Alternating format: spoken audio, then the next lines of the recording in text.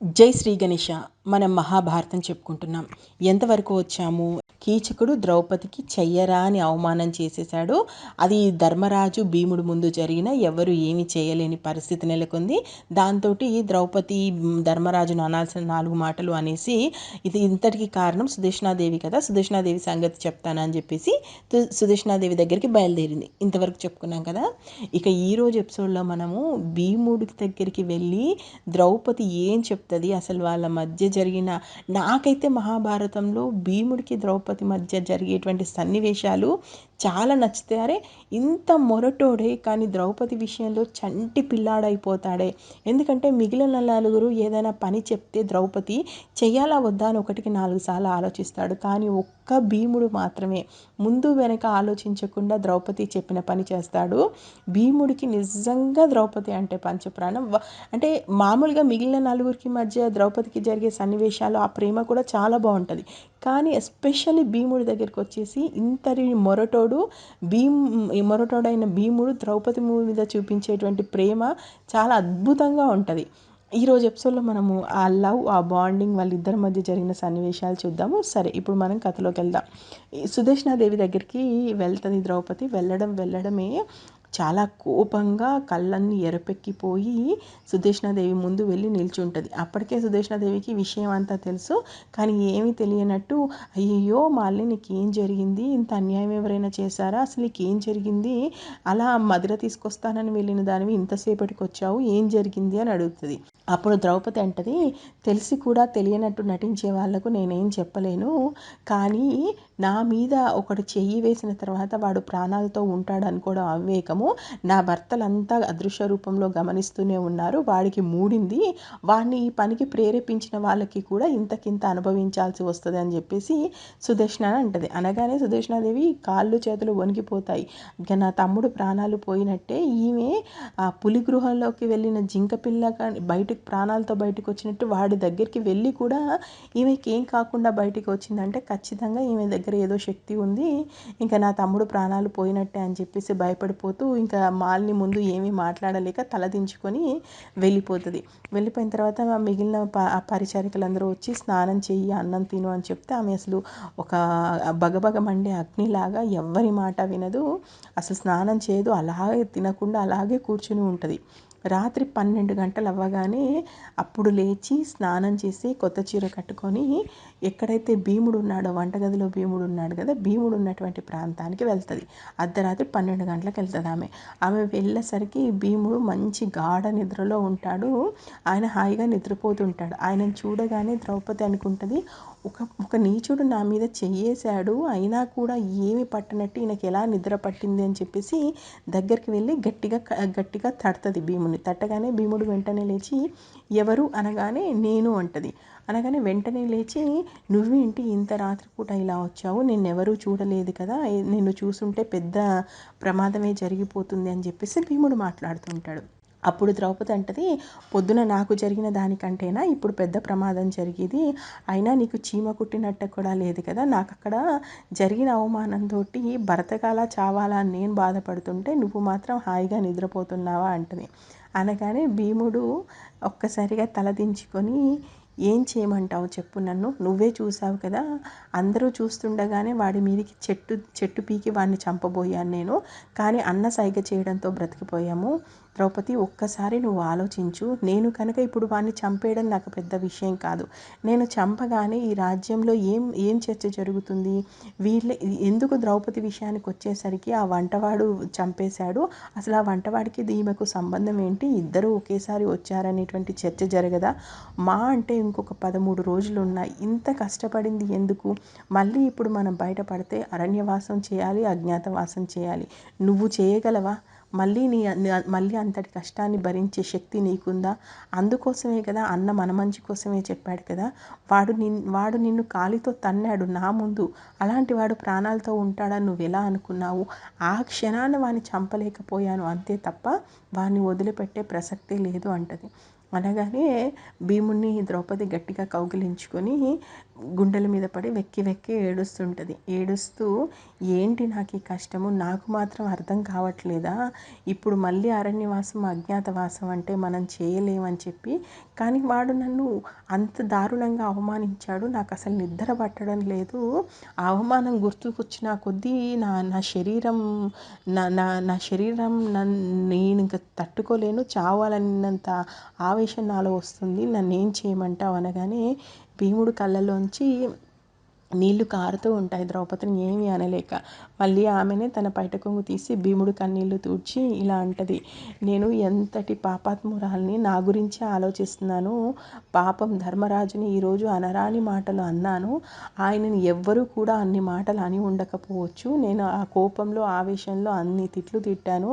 అయినా ధర్మరాజుని నేను ఇంద్రప్రస్థంలో నన్ను ఎలా చూసుకున్నాడో చూడలేదా? ఓ 1,00,000 మంది పరిచారికలు నా కోసమే పనిచేశారంటే అతిశయోక్తి కాదు కదా. రాజసూయం చేసినప్పుడు వజ్ర వైఢూర్యాలు కాదు, ప్రపంచంలో ఉన్నటువంటివన్నీ కూడా తీసుకొచ్చి నా కాళ్ళ దగ్గర పోయలేదా? అక్కడ రాజ్యంలో ఉన్న వాళ్ళందరూ కూడా నన్ను ఒక దేవతను చూసినట్టు చూడలేదా? అంత భోగం నేను అనుభవించలేదా? అయినా ధర్మరాజు నిజంగా ధర్మాత్ముడు. ఆయన ఆయన కంటి చూపు పడితే చాలు అక్కడ సుభిక్ష నెలకొని ఉంటుంది. అంతటి ధర్మరాజును నేను ఈరోజు అనరాని మాటలు అన్నాను. కానీ ఏం చెయ్యను, ఈ పాటలు నేను ఇంకా తట్టుకోలేకపోతున్నాను. అరణ్యవాసంలో పడినటువంటి కష్టాల కన్నా ఈ అజ్ఞాతవాసంలో పడినటువంటి కష్టాలు నన్ను ఎక్కువగా బాధిస్తున్నాయి.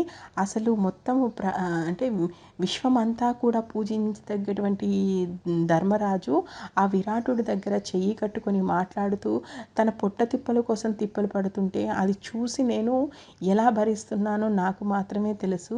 ధర్మరాజుని నేను ఎలా చూశానో, మొత్తము రాజులందరూ కూడా ఆయన సామంతులుగా మారి ఆయన జగజ్జేతగా ఉన్నటువంటి పరిస్థితిని చూశాను. ఇప్పుడు ఈ పరిస్థితి చూస్తున్నాను. ఇంకా నీ పరిస్థితి చెప్పనా నేను? అసలు నువ్వేమైనా తక్కువ వాడివా? ఎంతటంటే నీ భుజ పరాక్రమాలు ఎలాంటివి? హిడింబుడు, కిమ్మరుడు, జరాసంధుడు, బకుడు లాంటి వాళ్ళని చంపిన లాంటి వాడివి నువ్వు ఇప్పుడు వంటవాడిగా మారావు. ఆ విరాటుడు నిన్ను పులులతోటి, అదేవిధంగా ఏనుగులతోటి, ఇక్కడ ఉన్నటువంటి ఉస్తాదులతోటి యుద్ధం అది పోటీలోకి దింపుతున్నప్పుడు వాడు ఇంకా సరిపోదన్నట్టుగా రాణివాసంలో ఉన్న స్త్రీలందరినీ పిలుస్తున్నాడు. నేను మాలినీదేవితో వచ్చినప్పుడు ఎంతటి గొప్పవాడివైనటువంటి నువ్వు అలా ఇంతటి నీచమైన పని చేస్తూ అలాంటి నీచులతోటి అలాంటి చిన్న చిన్న పనులు నువ్వు చేస్తుంటే నా గుండె ఎంత అవిసిపోతుందో నాకే తెలుసు. నీ కష్టం నాకు అర్థమవుతుంది. కానీ ఇప్పుడు నేను నా మొర ఎవరికి చెప్పుకోలేని పరిస్థితిలో ఉన్నాను. ఇక అర్జునుడి విషయం అంటావా? ఆయన కనుక బాణం వదిలితే సాక్షాత్తు శివుడితోనే యుద్ధం చేసినటువంటి వాడు, అలాంటి వాడు నపుంసకుడు అయిపోయాడు. ఆడవాళ్ళ మధ్యలో ఉండి వాళ్ళకు నాట్య విద్య నేర్పించాల్సినటువంటి కర్మ. అసలు ఆయనను చూస్తూ నేను తట్టుకోలేకపోతున్నాను. అంతటి అర్జునుడికి ఇలాంటి పరిస్థితి, విధి ఇంతకన్నా విచిత్రంగా ఇంకేమి చేయగలదనిపిస్తుంది. ఇంకా నకులుడి విషయం ఏం చెప్పను. అంటే ఇక్కడ అందరి విషయం వాళ్ళ పరిస్థితి అంతా భీముడికి ఒకసారి గుర్తు చేస్తుంది. ఎందుకంటే భీముడికి కోపం తెప్పించడంలోనూ ఆ కోపాన్ని తగ్గించడంలోనూ ద్రౌపది దిట్ట. అందుకే ఒకసారి అన్నీ గుర్తు చేస్తుంది, అంటే బ్యాలెన్స్డ్గా మాట్లాడుతుంది. ఇక నకులుడి సంగతి చెప్పేదేముంది? ఎంతటి అందగాడు, ఎలాంటి స్త్రీ అయినా సరే ఒక్కసారైనా అతని వైపు చూస్తే మళ్ళీ చూపు తిప్పుకోకుండా అతన్నే చూస్తూ ఉండిపోతుంది. అంతటి అందగాడు ఆ ఎండల్లో తిరుగుతూ ఆ అశ్వాలను పాలిస్తూ ఎంతటి కష్టపడుతున్నాడు. ఇక సహదేవుడి విషయం ఏమని చెప్పను? ఎండ ఎరగని సుకుమారుడతడు, కుంతి గారాల పట్టి కుంతీదేవి చేతిలో అరిచేతి నిమ్మ పండులా పెరిగినటువంటి వాడు. అతనికేంటి ఆ కష్టము? ఎండలో తిరుగుతున్నాడు, గోవుల్ని కాస్తున్నాడు, వర్షంలో తడుస్తున్నాడు. అసలు అతడు పడుతున్న కష్టాన్ని చూస్తుంటే నాకు అసలు మనస్సు ద్రవించిపోతుంది. కానీ నేనేం చెయ్యను, మీ అందరి కష్టాలు చూస్తున్నాను, మరి నా కష్టం మీకు కనిపించట్లేదా? ఇక్కడ తన కష్టం చెప్తుంటుంది. నేను మహారాణిగా ఉన్నప్పుడు కానీ అరణ్యవాసంలో ఉన్నప్పుడు కానీ నేను ఇంకొకరికి సేవ చేసి ఎరగను. నా అత్త కుంతీదేవికి నా భర్తలకు తప్ప మరొకరికి నేను సేవ చేసి ఎరగను. నా కర్మ కాకపోతే ఇప్పుడు ఈ సుదర్శనాదేవికి అత్త కుంతి గారికి చేసినట్టుగా సేవలు చేయాల్సి వస్తుంది. చూడు, గంధం తీసి తీసి నా చేతులు ఎలా అరిగిపోయాయో, ఆమెను అలంకరించడానికి వంగి వంగి వంగి ఆమెకు నమస్కారాలు పెట్టాల్సి వస్తుంది. ఎంతటి పరిస్థితిలో నేనున్నాను, నా పరిస్థితి చూస్తే మీకు మీకు దయ రావట్లేదా? నన్ను చూస్తుంటే మీకు ఏం అనిపించట్లేదా అంటే అప్పుడు ఇంకా భీముడు అప్పటికే అసలు అంతటి భీముడు మహాభారతంలో ఇక్కడ చదువుతుంటే వెక్కి వెక్కి ఏడుస్తుంటాడు. ద్రౌపది మాట్లాడినంతసేపు కూడా బాధను తట్టుకోలేక ద్రౌపది అలాగే పట్టుకొని ఉంటుంది. భీముడు అలాగే అంటే ఒకరినొకరు కౌగిలించుకొని ద్రౌపది మాట్లాడుతున్నంతసేపు భీముడు ఏడుస్తూనే ఉంటాడు. ఏడుస్తూ ఆమె చేతులు అలా దగ్గరికి తీసుకొని ఆమె చేతుల్ని చూసి చేతుల మీద ముద్దు పెట్టి, చూడు ఎలా అయిపోయాయో పరిస్థితి, ఇంకొక 13 రోజులు ఓపిక పెట్టు ద్రౌపది, ఈ 13 రోజులు అయిన తర్వాత కష్టం అంటే ఏంటో నీ దగ్గరికి రానివ్వను నేను, అలా చూసుకుంటాను నేను. అప్పుడు ద్రౌపది మళ్ళీ ఇలా అంటది, సరే నేనిప్పుడు ఈ కష్టాన్ని భరిస్తాను, కానీ ఆ సైంధవుడి నుంచి నన్ను నేను రక్షించుకోవడం ఎలా? ఆ నీచుడు ఇప్పటికైతే వెళ్ళిపోయాడు, మళ్ళీ రేపు వాడు వస్తాడు. ఈ 13 రోజులు నేను వాడిని తట్టుకొని నిలవగలుగుతానా? నువ్వే రంగంలోకి దిగకపోతే ఇంకా నన్ను రక్షించేది ఎవరు? ఇప్పుడు నేను ఎవరిని వెళ్ళి అడగను? ధర్మరాజును వెళ్ళి అడగనా? ఆయన ఒప్పుకుంటాడా దీనికి? ధర్మరాజు నాకు న్యాయం చేయగలుగుతాడా? నన్నే కాస్త ఓర్పుతో ఉండమంటాడు, నేను ఎలా వాడిని తట్టుకొని నిలబడేది? పోయి అర్జునుడిని అడగమంటావా? అంటే ఇట్లా అర్జునుడు అని పేరు అనదు, నీ పెద్దన్నన, రెండో తమ్ముణ్ణి, మూడో తమ్ముణ్ణి, చిన్న తమ్ముని ఇలా మాట్లాడుతుంటే ద్రౌపది. ఇప్పుడు అర్జునుని వెళ్ళి అడగనా? అతడే నపుంసకుడుగా ఉన్నాడు, అతడు ఏం చేయగలడు ఉన్నటువంటి పరిస్థితిలో? విశ్వ విజేతగా ఉన్నటువంటి అర్జునుడు అలా వయ్యారంగా నడుస్తూ ఆడవాళ్లకు నృత్యం నేర్పించే పరిస్థితిలో ఉన్నాడు. నేను అతన్ని వెళ్ళి అడగనా? ఇక వెళ్ళి నకులుడిని అడగమంటావా? అంతటి సుకుమారుని తీసుకెళ్ళి ఈ సింహబలుడితో యుద్ధం చేయించనా? అది నకులుడి ప్రాణానికే ప్రమాదం కదా? ఇక వెళ్ళి సహదేవుణ్ణి అడగమంటావా? మీ చిన్న తమ్ముణ్ణి కష్టపెడితే మీరు భరించగలరా? మీరు సహించగలరా? ఇక నాకు దిక్కెవరు? నాకు నువ్వు మాత్రమే దిక్కు. నువ్వు తప్ప నన్ను రక్షించే వాళ్ళు ఇంకెవ్వరూ లేరు. నువ్వు తప్ప ఆ కీచకుడిని చంపే వాళ్ళంటూ ఇంకెవ్వరూ లేరు. నువ్వు వాడిని చంపాల్సిందే అంటది. దానికి భీముడు కొంచెం అటు ఇటుగా ఆడిపోతూ, కానీ ఎలా? నేను వాడిని చంపడం పెద్ద విషయం కాదు, కానీ వాడిని చంపితే మన అజ్ఞాతవాసం బయటపడితే మనల్ని నిందిస్తారు కదా. మనల్ని నిందిస్తారు, కానీ మన వల్ల మళ్ళీ వీళ్ళందరూ అంటే పాండవులందరూ మళ్ళీ అజ్ఞాతవాసం చేయాలి, అరణ్యవాసం చేయాల్సి వస్తుంది. అది నువ్వు భరించగలవా? నీ వల్లే ఇది జరిగిందనేటువంటి నింద నువ్వు భరించగలవా? ఇప్పటికే అన్నను చూస్తున్నాము, తను పాచికలాడటం వల్లే మనకి ఇన్ని ఇబ్బందులు వచ్చాయని ఎంత బాధపడుతున్నాడో, మళ్ళీ ఆ బాధ నువ్వు అనుభవించగలవా అంటాడు. ఇక ఇప్పుడు ద్రౌపదికి ఇక కోపము, ఆవేశము, బాధ అన్నీ తన్నుకొస్తాయి. అయితే నేనే చస్తానులే, ఏ నుయ్యో గుయ్యో చూసుకుంటాను, లేదా ఉరిపోసుకొని చస్తాను, నేను ఎలా పోతే మీకేంటి? ఈ 13 రోజుల పాటు నేను వాడిని ఎలా వారించగలుగుతాను? వాడు వచ్చి నాతో మాట్లాడుతున్నాడు, నన్ను అడ్డుపడుతున్నాడు, నన్ను అనుభవించాలని చూస్తున్నాడు, అయినా మీరెవరు ఏమీ చేయకుండా ఉంటే ఇంకా నా చావు నేను చస్తానులే, మీకెందుకు అని చెప్పేసి రుసరుసగా ఆమె వెళ్ళబోతుంటుంది. అప్పుడు ద్రౌపది చేయి పట్టుకొని వెనక్కి లాగి ఆమెను గట్టిగా కౌగిలించుకొని నుదుటిపై ముద్దు పెట్టి ఆమె తల మీద చెయ్యి నిమురుతూ, నువ్వు చస్తా అంటే మాకింకా మిగిలేదేముంది? ఇప్పుడు నువ్వు కీచకుడు చావును కోరుకుంటున్నావు అంతే కదా, వాణ్ణి చంపాలి, అదే కదా నీ కోరిక? సరే, వాడు రేపు రాత్రి చచ్చి తీరుతాడు. అన్నే నాకెదురొచ్చి అడ్డుపడ్డా సరే, నేను వాణ్ణి చంపుతున్నాను. ఇదిగో నీకు నేను మాటిస్తున్నాను, నా మాట ప్రకారం. అంటే ధర్మరాజు వచ్చి నా ముందు నిలబడి వద్దని వారించినా సరే, నేను రేపు రాత్రి వాడిని చంపి తీరతాను అని చెప్పేసి ద్రౌపదికి మాటిస్తాడు.